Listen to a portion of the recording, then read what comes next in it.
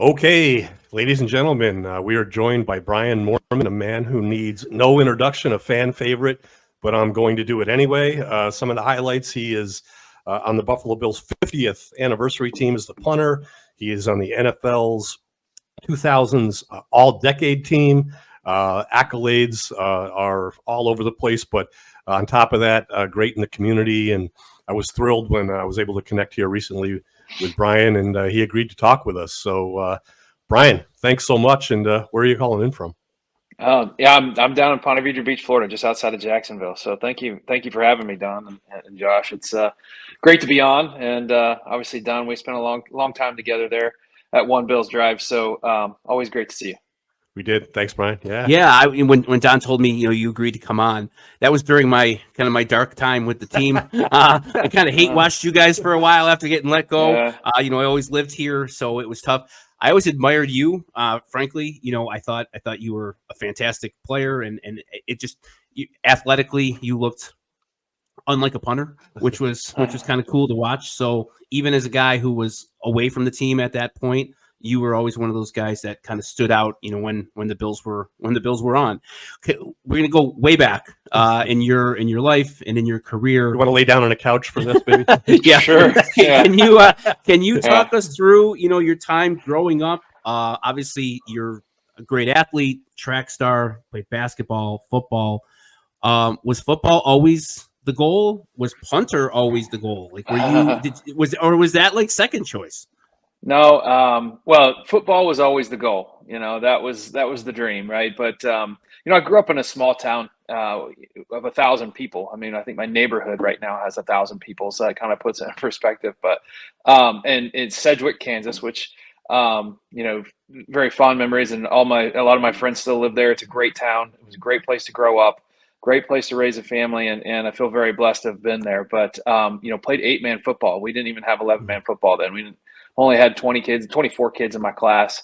And I think they've grown it up to about 40 or 50 kids per class now. So, they've been playing 11 man since shortly after I left, and they have a great program there. The coach there does a phenomenal job. But yeah, so it was always football. I had those dreams that when I was in middle school, I actually would go practice with the high school during 2-a-days baid back when they allowed 2-a-days, and the 6:30 a.m. and then again at 2 in the afternoon when it was 105 degrees in Kansas, and we go out there and I'd try and compete with the high schoolers and try and keep up with them. And I think that taught me a lot of, and built a lot of character. And I was lucky enough that the coaches allowed me to do that. And it was fun. So then, I just had this dream of actually playing quarterback like many kids, right? And that's what I played in middle school and high school. That was kind of the focus. And then I played some defense. I played some free safety, and then, but focused on offense. And, then it was always like, okay, well, as you get to be an upperclassman, you get to be, I was able to kick because nobody else could kick, but it was always like the senior was a punter, it was like, okay, whoever's a senior and they can punt, they can be the punter, and, so I finally, was biding my time and finally got to be that guy that, got to punt. I did a little bit my sophomore year, and then in a little junior year, but really senior year is when I really started punting. And then, that was kind of like an afterthought, really.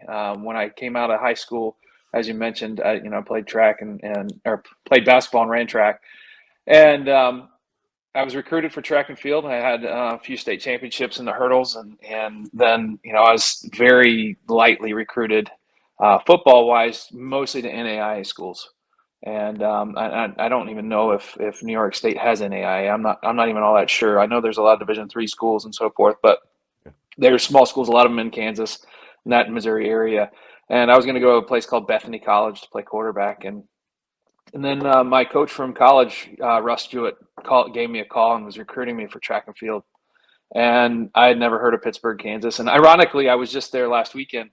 He was inducted into the Kansas Sports Hall of Fame. Super proud of him. Want to give him a lot of credit. And then he was inducted in the Pitt State Hall of Fame. So I went back for that. And so it's funny you bring this stuff up. But yeah, that's kind of why that was kind of my path, and decided to run track instead of play football.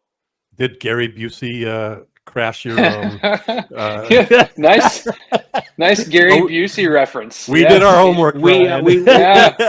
You might be unaware of this, Brian, but we looked up Pittsburgh State and you are ranked as the 7th most notable alumni in Pittsburgh State University history Should have been higher. by edurank.org, which who knows who that is. But Okay. Gary Busey was number 1.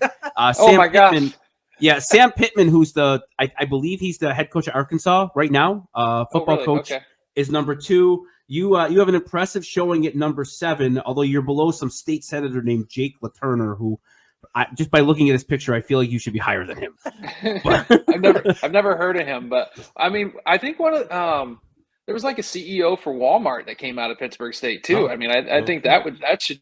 I mean, it's a great school, and people don't really know about it or realize it, but fantastic campus, probably one of the best facilities in terms of sports. Track and field has now become a powerhouse. They've won a national championship, I think, the last 2 years. Again, commenting on my former coach, he built a kind of a dynasty, and now Kyle Rutledge took it over and has done an amazing job. Football program went back to the national, won a national championship last year. They're undefeated this year. It's a great school and program. Yeah, there's players that have come out of that. Obviously, we talked to former fullback Jamie Mueller was at Benedictine. And then of course Don Beebe at Chadron State, and in that Midwest region, there's some great players that came. You're being a little humble on your track career. I was going to say you nonchalantly, a couple state championships. You won 3 straight NCAA Division II national championships in the 400-meter hurdles. Okay, talk to me about that, because the 400-meter hurdles seems like one of the most incredible athletic events, something Don and I couldn't clear one hurdle, let alone win the national championship. What's that like? Like, how much training were you doing? Were you punting then? Yeah. Was the Olympics the goal? Like, what was the goal? I did run in the U.S. championships in non-Olympic years. So that's what they do in non-Olympic years. They have the U.S. championships. So I did qualify for that. I made the semifinals one year, which was a huge accomplishment for me, running against the best in really the world, because we have kind of the best hurdlers in the world here in the U.S. So that was, wearing the uniform for the USA would have been pretty amazing. Get to go to the world championships or something. If I had a place in the top 3, that would have been pretty cool. It didn't work out. I really got kind of zeroed in and focused my senior year on football once I was signed as a free agent by Seattle. So I I still qualified. I went to running them, and I did my best, but it was the year before I went in the semifinals, and then I knew that the next week I was headed to minicamp with Seattle, so I had a lot going on in my brain. Yeah. But the race itself, yeah, it's a man's race, or so to speak. Not trying to say I feel like the only other one for me is like the 800 meters. I have a lot of respect for the 800 meters. That's a sprint now. I mean, that's not even it's not a mid distance. That's a sprint. And that's kind of where 400 hurdles fits in with me, I think. But that being said, I like it better than the open 4, because I have something I can be thinking about. I mean, I know there's 10 barriers in the way, but I'm not thinking about how, it's all rhythm. There's a game plan involved. And I'm actually coaching the kids at the high school now, because they switched to 400 hurdles in Florida last year. So I went back to the track and started helping some kids, and it's been very rewarding. But I try to teach them all the time that we have to have a plan. It's not just, get the blocks and go, because you need to know your steps. And for me, it was counting every single step around the track. And I knew exactly where I needed to be and when I needed to be there, and how it would work and how I could get to my time. And it really worked, and it paid off. And a lot of that comes from Coach Jewett. I mean, Coach taught me the race, and I was really lucky to be where I was, and he allowed me to be a 2-sport athlete, and he knew how to manage my body, meaning that my hamstrings and everything were very difficult on me. I was down every once in a while, so we worked through the workouts and trained properly between the 2 sports, and it really was a benefit to be where I was there with him at Pitt State. Did counting steps, having a plan, sounds like punting in a lot of ways, right? It's routine. Yeah. It's kind of rote, like you're doing the same motion every time that you're catching the snap and punting. Do you feel like that helped you? 100%. Yeah, I think track helped me a ton. To your point of a hard race, I mean, just being mentally tough in and of itself, you have to be mentally tough in that race, and really any race in track. But I think the hurdles are pretty unique. knowing that, high hurdles too. I mean, those things were taller. They were, they're 42 inches tall, which is above my belly button. I mean, It's insane. I'm 6 foot tall, and yeah, that's not like I'm super tall or anything, but that was a fun race too, and I had a lot of success with that, just not as much as the 400s. But yeah, so when you go to you talk about routine, yeah, being a specialist, it's all about routine. I just had this talk with my middle schoolers, the specialist saying you have to go in the same routine every time. You can't lose focus, because when you do, you snap it over somebody's head, or you miss the kick, or you shank the punt, which we don't like that word. So Yeah, no, Yeah. that's so you mentioned ultimately being signed by Seattle as an undrafted free agent. You're there, although you don't make that roster. You end up in Buffalo. What was that transition like? And then when you did come to Buffalo, what was the battle to win that position like for you? What were the factors? Who were you up against? And how did it feel to finally sign that contract and be the guy? It was pretty amazing, and yeah, it was a long road to get to Buffalo, and it was kind of funny because when I signed with Seattle, I mean, coming from a small school like that, I just wanted to get on an NFL team. I never thought I was going to play. I mean, once I got there, I'm like, oh my gosh, this is awesome. I just put my helmet on, looked in the mirror, like, this is amazing. And in the locker room, and so I ended up having a really good camp, and it was Mike Holmgren's first year there. It was a big deal. He came over from Green Bay, and huge deal there in Seattle that the Big Show was there, and so it was. My eyes were just as wide as plates the whole time, and Jeff Fiegels was the punter, the veteran punter at the time. I think it was his 12th or 13th year, and he helped me a lot, and I give him a lot of credit too. And especially looking back and towards the end of the career, when they start bringing young guys in and they're trying to replace you. I never thought I was going in to replace Jeff. I thought I was going in to learn, and it might take me a year. I knew at the time it took kickers and punters a year or two. So I just want to go in and learn, figure it out. But at the end of the day, looking back now, I had a real chance. I had a real chance in knowing how the business works and everything else. But I just wanted to soak it all up. I wanted to learn, and I did. I learned a lot from him. And Pete Rodriguez was a special teams coach. I got to give him credit for coming to Pittsburgh, Kansas, and giving me one of my very few workouts, going on lunch with me and talking about the process, and then sticking by me and saying, "Oh, I'm going to sign you as a free agent." Okay, great. And so, yeah, I had a good camp, and Holmgren came up to me at the end of camp and said, "Hey, I'm not supposed to tell you this yet, but I'm just going to go ahead and tell you, even though we're not done, but we're going to release you, but we're going to put you on the practice squad." And I was like, oh my gosh, this is amazing. Yeah. So I'm excited. I'm like, oh, cool. I just got released. Big deal. I'm going to be on the practice squad. This is amazing. And so I actually left my vehicle there and flew home. He said, just, be by the phone. We'll bring you back. We're going to have, once we do the practice squad.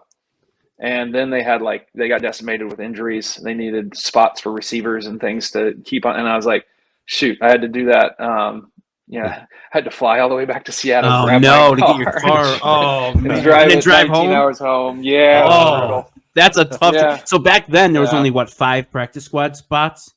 Yeah, I think so. Yeah, it was a big deal. Yeah. Wow, and to be a punter and to have a practice squad spot back then was really rare. Must have really made an and impression. obviously Very a vote of confidence. Yeah. That was the year that we ended up playing Seattle in 2000, and they were playing at the University of Washington Stadium because the King Dome had been demolished and they hadn't yet finished the new one. So as a lot of times they bring in quarterbacks or kickers or punters, young guys. They call them like camp bodies or camp legs, whatever. Did you feel like you felt like you got a legit shot? You didn't get that. You didn't get that spot. Then you go to Berlin. What was that like? That was amazing. Especially so that year was, and they, I give them credit. They did call me at the end of the season, said, "Hey, I know it didn't work out. Practice squad, we're re-signing you. We're going to allocate you to Europe." So I was back with the Seahawks, and they sent me over to Europe, and I played there that first year. Was on the All World Bowl team or whatever. We weren't very good that year as a team, but it punted really well. Went back to camp with Seattle. Was actually punting very well, and then kind of hurt my hamstring. Kind of kept it a secret. I didn't want to tell anybody because I didn't want to lose my chance and my opportunity to play. And Pete Rodriguez came up to me during one game. He's like, "Are you hurt?" And I was like, "Mm-hmm, yeah." I mean, and so I rehabbed it. It got back. At the time, at that age, I healed pretty quickly. Not so much anymore, but and I was back, and it just they Fiegels he's a machine. I mean, I don't know that I ever beat him out. He's just like a jugs machine. He just punches it, one corner to the next, and lot of respect for him, and still friends with him to this day. One of the few jerseys I put on my wall, of friends, and because he was a mentor and he really did help me a lot. And so I ended up going home again, and I wasn't sure what was going to happen. And I was starting to kind of figure out if I was going to start a career in something else, whether I was going to go to teaching, whether I was going to get into some sort of sales or something. And my coach they did the draft. I wasn't allocated again. They did their little draft for NFL Europe, and it was over. And my coach called from Berlin, Peter Voss, another one I got to say thank you to, because had he not made this call, he said, "Hey, I'm going to protect you as a free agent. Now I'm bringing you back. I want you to come back to my team." I was like, "Wow, okay, great." So I went as a free agent this time, and I had to compete with a kid that was allocated, and in training camp, and I beat him out, and we went back to Europe again, and that was an even better experience. We won the World Bowl that year. I made the All World Bowl team or whatever, and that's whenever I got the call from Buffalo, and I had a workout with them. I'll never forget. I stayed at the Millennium Hotel. I got up at like 6 a.m. and went and jogged around that little old track that was right behind it to warm up, and just, got a good warm up before I came into the stadium. Danny Smith was the special teams coach, and it was Greg's first year, Tom Donahoe. And went in and I think what helped me win that job was they didn't know I could kick off at the time. And we did the punting, and, I punted just fine, and punted really well actually. But then they had another guy kicking off. I said, I can kick off if you want. I mean, I'm happy to do that. And they're like, "Oh, okay." So, and I crushed the ball kicking off too. So it ended up being a really great workout. And so that, fast forward, and I did compete against a guy from Penn State that year. No, it wasn't Penn State. It was West Virginia. He was from West Virginia. Jay. I just blanked on his last name. Sorry, Jay. And awesome guy. And we had a great time, and ended up making the team, which is a funny story in of itself. But I kicked off for the first 10 games, and then I think my leg was about to fall off, because at that time, we had 15 two-a-days, I think, at training camp, and we would do punt and punt return in the morning, and then kickoff and kickoff return in the afternoon, and we'd do that, like flipping them back and forth each day. So every day I'm kicking every single day, twice a day, after I just come back from Europe, which I had just come back from training camp, so I really never had a break. And by that 10th game, I came out of the gate punting like lights out that year. And then it just kind of, my numbers started falling, and they ended up bringing in Shane Graham. He started kicking off, and then I started kind of coming back again, and not, saving my leg a little bit. But I remember, Shane Graham. Yeah. So interesting, these competitions. We had on, I'm sure a friend of yours, Ryan Lindell, and was he in Seattle when was he the kicker in Seattle when you were there that year? I'll tell you, 6 degrees of separation. It's crazy. So he was in Dallas with training camp, and then my second year in Seattle, I was in training camp, and a young guy beat out Todd Peterson. I'm blanking on his name. He was from Montana. He beats him out, and he ends up getting in the beginning of the season, and he just fell apart and wasn't any good. Well, they call Ryan Lindell. So had I actually won that job, and I wouldn't have gotten hurt and did a better job and won that job, we would have collided in Seattle instead of Buffalo 3 years later. So it's crazy how that works. Instead, I ended up Buffalo, and then he comes there a couple years later, and we ended up playing 10 years together. So when you get to Buffalo, obviously you'll take any NFL job at that point. What were your impressions of Buffalo? What'd you think? They've been coming off all the Super Bowl years. New regime. Chris Moore had been here for almost 10 years as the punter. Mm-hmm. Steve Christie, Ethan Albright, kind of an established 3 specialists. What were your impressions of Buffalo as a football team, and then as the city? Well, I'll tell you, I almost didn't end up being there because it was kind of between Buffalo and St. Louis, and any kicker or punter, comparing the two of kicking in Buffalo or kicking in a dome, right. There's a big difference. And it was a tough decision at the time. And what it really came down to is I think Mike Martz was the head coach, and he got on the phone with my agent at the time and said, "Hey, he's got a legitimate shot. I'm going to let him kick, but I'm not going to cut my 2 veteran punters. He's got to come in and compete." So there are going to be 3 of us. And I don't know about you guys in math, but competing against one, or a rookie that's just coming out of college, or competing against 2 veterans that have been playing a long time, it didn't add up to me. And I was like, the weather doesn't bother me. I'm coming from the Midwest, Kansas, where it's cold and windy all the time. So I chose Buffalo, and I'm super grateful that I did. So to your question about what I thought there, it reminded me a lot of home. I mean, the people, they're people's like, "Oh, how do you like New York?" I don't live in New York. I live in Buffalo. I mean, it's like the Midwest, I mean, to me, and they're just, they've always been super nice, aside from whenever the beginning of my career when I wasn't punting quite as well. I got a few a few screams from the stands, but yeah, I mean, it was great. Now changing over the regime, funny enough, Chris and I's last names are close enough, He's right. Moorman. It was pretty confusing. So I'd started going to these. It became a running joke between me and Mark Honan, who you worked with for a long time, Don. He loves this because he's a jokester. So it was funny to him all the time. But I would go to these charity tournaments, and every time I'd be asked to go, and I'd be looking for my cart, and then I'd finally find it, and it would be Chris Moore. How funny! Yeah, he would put it on there.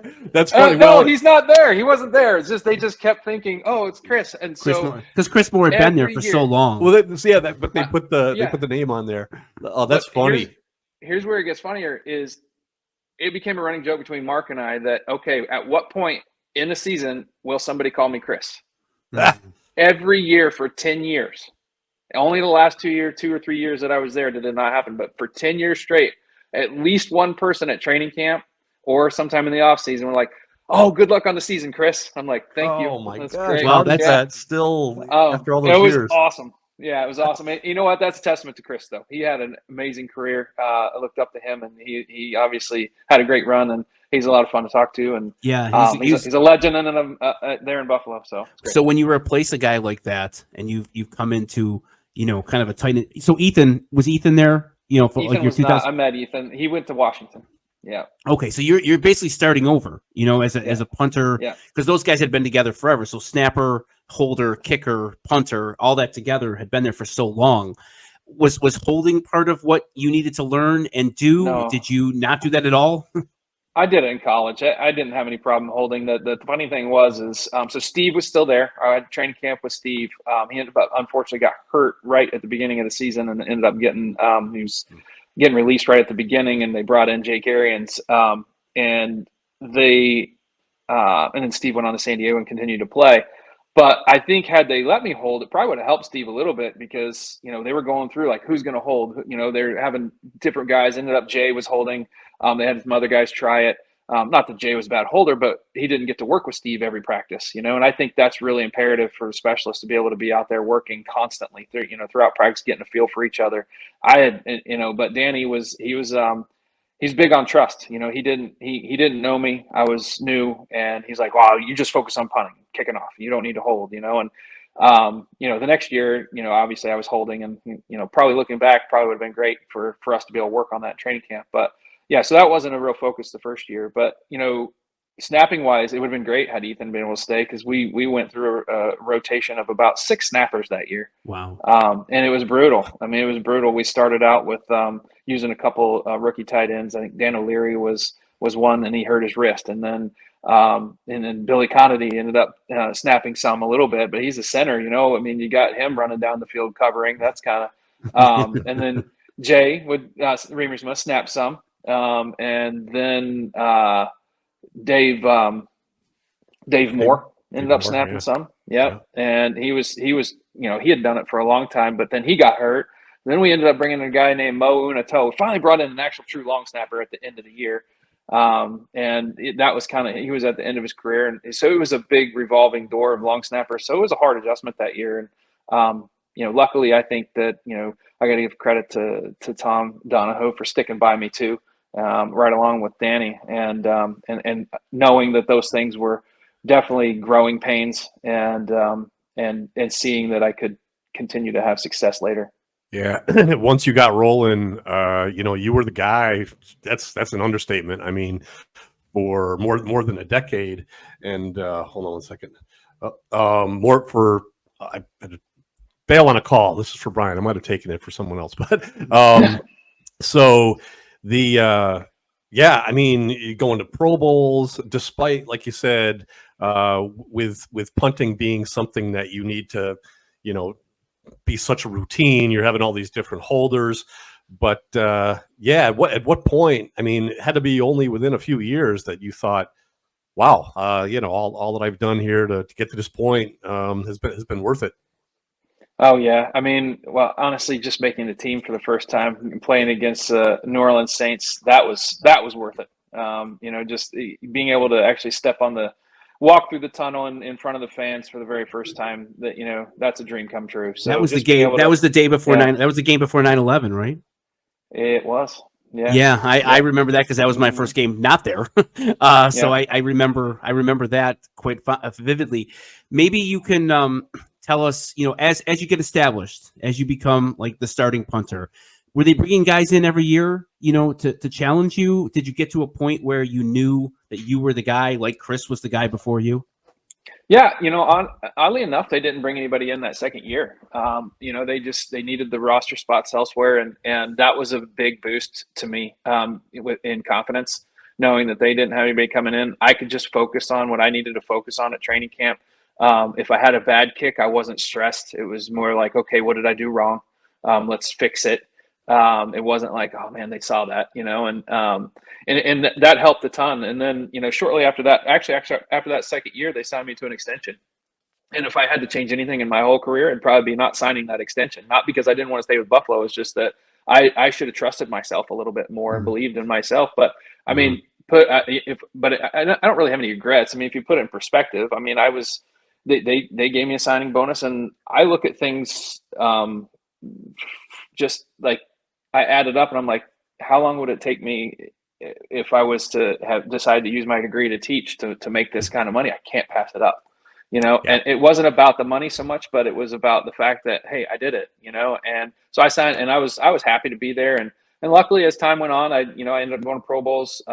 Tom eventually, I met with him a couple different times about, redoing my deal, and he finally did that. So I was just thrilled to be able to stay in one place and be part of a community like Buffalo. Speaking of money and contracts, can you tell me what it's like to work with Don Purdy? Well, I didn't do Brian's contract, but we had plenty of interaction. We sure did. Yeah, we sure did. So, but yeah, I mean, that just goes right in line with just the people in Buffalo, the people in the front office. I spent a lot of time upstairs wandering around the halls. I don't know if you know this about specialists, but we don't have as long of meetings. And, Sure do. Those guys, we have our special teams meeting, and then they break out into individual, and then I'm headed out. So I'm usually up there chatting with Don or going into Honan's office, or Pete Petrello was another good friend of mine, and just got to know a lot of people within the organization, and a lot of long time, lifelong friends. And it was really, really great experience. Yeah, we appreciated that, Brian. I mean, the locker room had plenty. You could have done all sorts of things, but it was nice just to have a player have a presence, to get to know them maybe on a little different level. We did have Ryan Lindell on the program too, and he reminds me of you a lot in the same ilk. Although he did admit that those years where they would bring in someone to challenge him, that maybe is a little different, as a kicker, but when the kicker that was coming in a tryout would miss, he would kind of just give a little fist bump underneath his armpit. Yeah. Yeah. He might have liked the guy and everything, but he didn't want him to take his job. Yeah. So, it wasn't until late in my career, like where I started feeling that way. And so, yeah, I mean, it was in year 13 or 12 or whatever. And then there was one other year in there where they brought a kid named Jake in. So yeah, I watched that, but I also I'm like, all right, you hit a good ball, hit one better. I mean, it's just I like that. Yeah. And I always thought back to those times that Fiegels helped me. You know, I mean, he knew that why I was there. Maybe I didn't, but he knew, and he still helped me. So I kept that in mind. I think I'm a big believer in karma. And you know, I felt like if I was going to be a jerk to them, then you know it would end up coming back to me in the wrong way. So just try and help them out, and you know, do what I can if I see them doing something wrong. But I'm not going to give them my reps. I can tell you that. Sure. Yeah. Good on you. You know, I think something that people might be interested in. Can you talk to people about what your routine, like what you did on the sidelines during a game? So obviously, you know, offense, defense, whatever. But as the punter, where do you watch the game from? How like on every third down you kicking into a net? Like what was your routine during the game? And before you do that, I would say that I was on the sideline pregame for home games and away games, and of course the special teams. You guys always came out first before the rest of the team, and I just remember watching you stretch and thinking that the man just put his leg behind his head practically. Like, holy cow! That is just what that comes into play for punting. It must be so important. Well, I think, you know, everybody's different. And that was one thing. I actually just had this conversation with somebody yesterday because of, you know, the punter here in Jacksonville. He's huge. He's like 6'5" or something. He's 220 I mean, he just kills the ball. And it looks effortless. Now, for me, it was all about leg speed and timing. You know, of course, he's got to have good timing with that size and strength. But for me, it was leg speed and you know, flexibility. And I think that's where hurdles really came in for me. As well, and you know, just being a sprinter and so forth. So that really paid off for me. But yeah, we'd come out and the routine was, you know, it was about 11:30. You know, before a 1 o'clock game, we'd get out on the field, and I'd be out there jogging and stretching prior to that. But I'd, you know, balls in the air around 11:30 ish, and you know, if I look back at how many balls I would kick on a game day, my gosh, I mean, no wonder my calves are cramping by the end of the game. But yeah, so I'd watch the game from usually around the net area. I'd have a net on each side, so we're kind of wherever the offense is, and then you're just watching down a distance. And so usually on you know, second down, I might just kind of hit one in the net by myself, and then I'd have Ryan usually would be tossing me snaps, and I would kick a couple in the net, and it's one on second down, one on third down, and then if I didn't feel like I hit that one very well, one more real quick. And maybe catch a snap from Garrison or whoever the snapper may have been at the time, but Garrison Sanborn was a snapper for a long time, and catch a snap from him real quick, and then we head out to the field. You know, if they end up not getting the first down, you got to get up there, coach. And well, we lost him. Oh, no, I'm here. Now we're all good. Okay. Yeah, he's good. No, Yeah. It's amazing. Obviously, your preparation did so much for you. A few memories I have of you. You've mentioned Mark Conan's name a few times. We also had him on the program. It was great. So when you came on just before we started recording, you're noticing jerseys back there, and you said there was one missing. Well, I'll tell you who has a jersey, who's not missing. When we had Mark on, he had one jersey behind him where he chose to record from, and it was yours from the year that you went to the Cowboys. And I remember when you came back, Brian, and it was a little confusing for me during the game. I shouldn't have been, in retrospect, but it was, you had just come back, and it was first quarter, you know, 4th and 10 from our own 30 or whatever. And all of a sudden the crowd just erupts. And I'm like, this seems like a pretty routine punt situation, but there was nothing routine about it. It's when you came back, and it was loud. And I just wonder, you know, what you thought when you stepped on that field, if that was the reception that you were expecting, or because it was nice. Yeah, well, you gave me chills there, Don, honestly, because that's like the moment of my career. I mean, it's the one I really cherish. You know, aside from that very first time to come out of the tunnel against the Saints, but this one tops it. And you know, the fans. This goes right back to how the fans treated me there, and you know, they gave me a good welcome when I ran through the tunnel before the game. But then it was actually the end of the half, Don. We only had about like 30 or 40 seconds left, and I was kind of shocked we were punting, but it was we were on the other 49, and we were punting in, and they said, all right, let's punt it. And I jogged out, and to your point, it was the loudest I'd heard them all day. And I just and I wear earplugs in the game, you know? And I was like, oh my gosh, you know, this is amazing. Please don't shank this. You know? It's like, please do not hit this ball. Of any punt. Normally I would never, ever, ever have that thought ever before a punt. And I was like, but if there's one time that I need to have the best punt of my life, it would be right now. And I got to tell you, it probably was one of my best punts in my career. I think I timed it at like a 5.8 hang time. Wow. It hit on the 5. It bounced out at the 1. Crowd went crazy. You know, it was a little bit of anticlimactic because the ref called it a touchback to start, and we had to challenge it. And you know, and then ended up going at the 1, and then they re-cheered, and it was actually kind of prolonged the moment for me. It's kind of like that Jerry Maguire moment where the guy gets hurt and he just says, That's right. So I think ref did that for me, you know, just prolonged it a little for me. So that's amazing. Yeah. Before we get to our closing segment, which we call the 2-minute warning, where we ask you kind of 10 fun questions in 2 minutes or less, I want to ask about 2 things that we got to kind of bring up here. One, how difficult was it to be one of the best players in NFL history to never make the playoffs? You know, I look at it from a good, like it's a silver lining. I mean, I think had I been on a team that, let's say the Bills now, I mean, they punt what, 30 times a year? Yeah. I mean, and there's games where they don't punt at all. I mean, now I'll give Sam's amazing. He's doing a great job, and he's got a great leg. A lot of respect for him, and I love watching him punt. And I almost just forgot who you were talking about. To your point, I'm like, Sam. Yeah. Oh, yeah, that's right. Or the punter, right?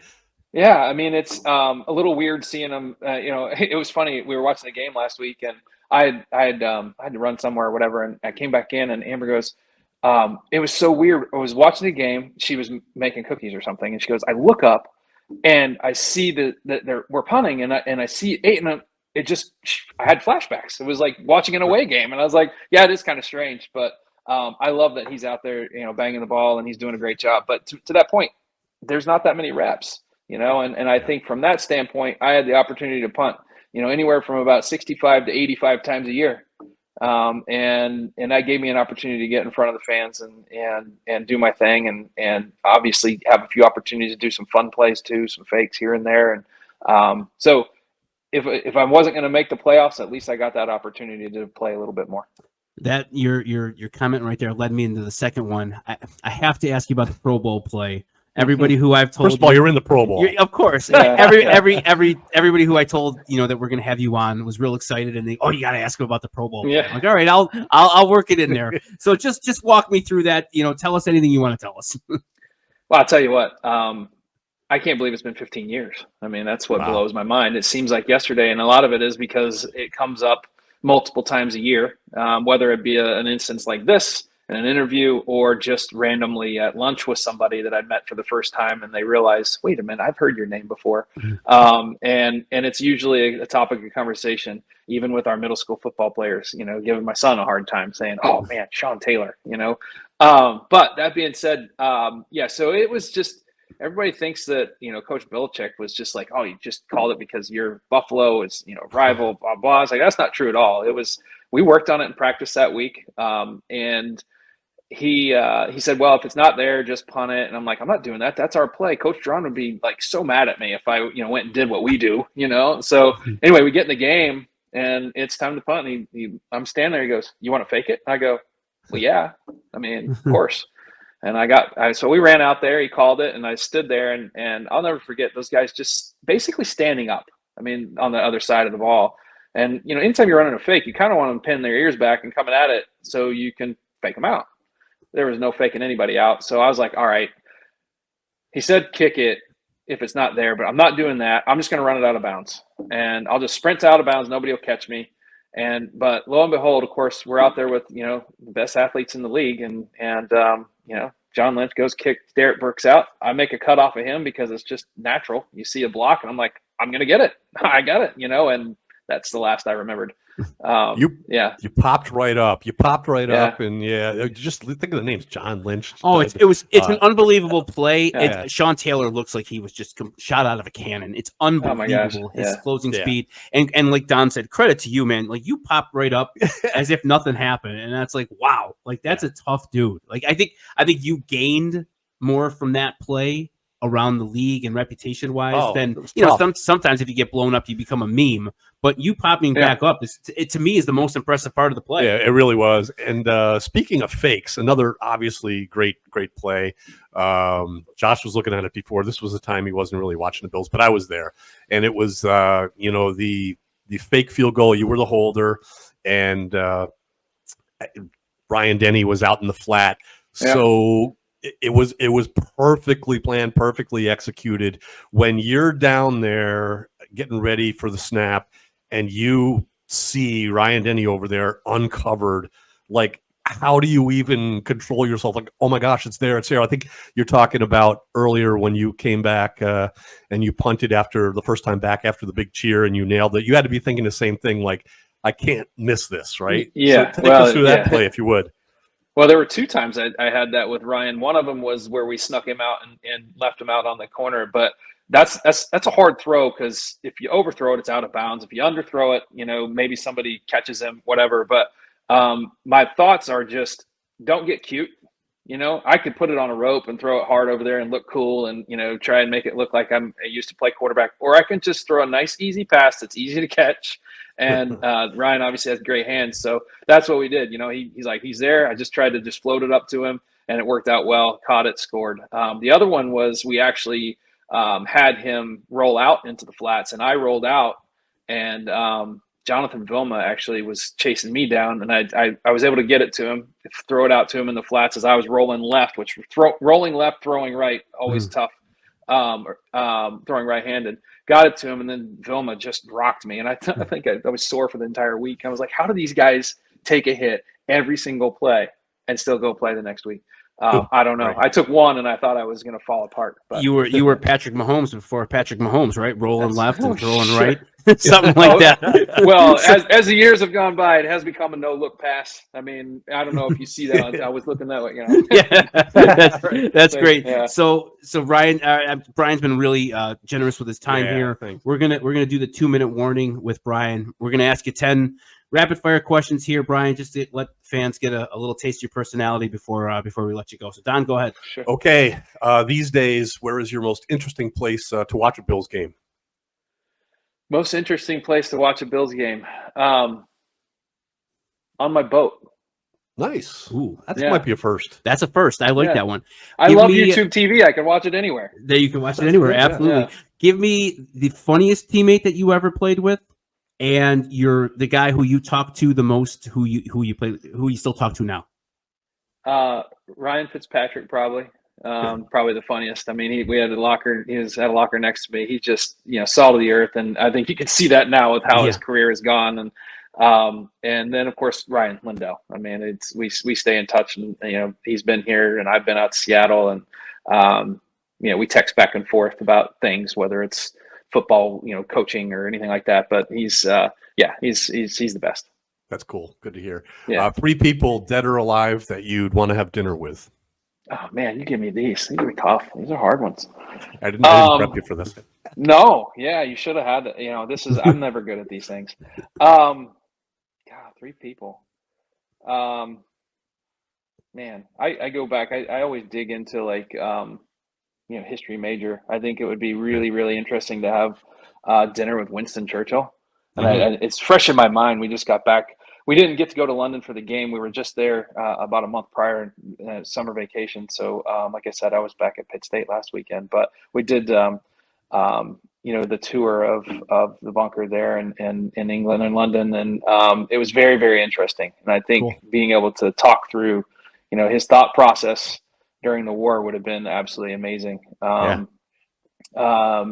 that point, I think JFK would be another interesting one. All the things that happened historically when he was president, I think would be extremely interesting. And then, if I'm going to go down the sports, I have to pick 2 of them though, because I'm going to pick 2 sports. So it's I know you said 3, but Michael Jordan and Walter Payton. 2 for me. Can't go wrong with either one of those. No. Yeah. So I like I think, films. Yeah. I awesome. think with Jordan, what he's done post career, I think, is what impresses me even more than his playing career, which is obviously extremely impressive. But how he's gone with everything from the Nike to the basketball to becoming, a billionaire, that intrigues me to no end. And then, I just always admired how Walter Payton played, and I think it was as a growing up a Bears fan, of course it was. I was that age in '85 when they won the Super Bowl, so they became a Bears fan, and then eventually. But I think that would be pretty cool. So you're entering an arena. You're the main attraction. There's dry ice going off. What's your entrance song? I'm horrible at music too. I don't know. I'd have to defer to the DJ. Give me something cool. I've got nothing, man. No, that's all right. That's all right. Yeah. All right. Well, yeah. You pick pick it. Defer to the DJ. They're the professionals. Yeah. So, given that though, what's maybe the best concert you've ever seen? Garth Brooks.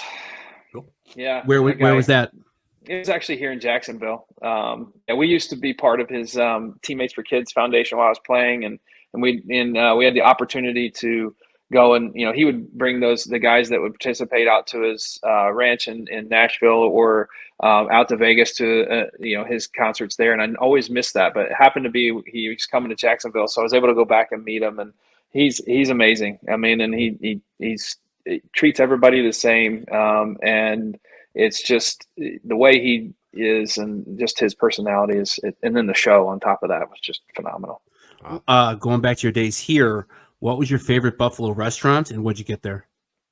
Oh man, I had so many. I literally just told somebody in Jacksonville. I said, if there was anything, I'd like to move all the Buffalo restaurants down to Jacksonville. I missed eating out up there, but I love Bacchus downtown. Brian Meadis does an amazing job there. Love eating there. At the time, Tempo was a real hot spot for us to go to. Hutch's. We always got Hutch does a great job. Enjoy going in there. Great ambiance, great steak. So with Brian, it's always there's a special that he would do.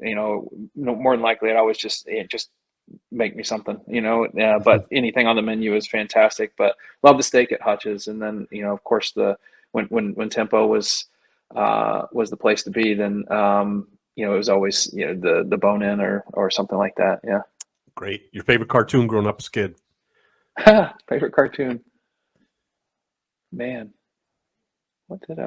we only had 3 channels when I was a kid. You think I can come up with it? Yeah, right? All right, here's another Tom stumper. and Jerry. I watched Tom and Jerry a lot. Tom and Jerry. Yeah, the Roadrunner was cool. There you go. Yeah. There you go. What's a popular food, but you don't like it? Popular food, but I don't like it. I'm not big on. I don't really care for sushi that much. Okay. I mean, I eat it because of my family, but I'm like, if that's the choice, no. Yeah. I could My do dog without it. Loves it. Yeah. The most annoying fan base in the NFL. Most annoying fan base. Whew. Probably. Which they I mean, take as a compliment, but they were all I mean, I think they were all pretty annoying when we were on the sideline against them. I mean, it's like I don't really. I mean, it's hard for me to call them annoying because I think they're passionate. It's like, and I appreciate the passion. But you go to like a Raiders game and they're yelling at you, and the Eagles were pretty brutal. The fans there, so I would say they're probably the most annoying. And yes, they would take it as a compliment. Did you? What was your favorite road city to go to? Kansas City. It was close to home. I mean, and I always played well there too. And it's close to Pittsburgh State, so a lot of Gorilla fans that would come up and go to the games, and high school buddies would come to the games. And every time we got that on the schedule, I was thrilled. Cool. Can you drive a stick shift? I think I know the answer to this. Oh yeah, of course. All right, last one here. Last one here. We're batting about 50-50 with former players. Can you sing us 5 seconds of the Pittsburgh State fight song? No, I don't know if they have one. That's right. All right, that tells you all about Brian's journey from Gary Busey and Brian Moorman. Hey, Gary Busey and Brian Moorman, and a Kansas State senator who shouldn't be number 6 on the list. Yeah. So, Brian, man, this has been great.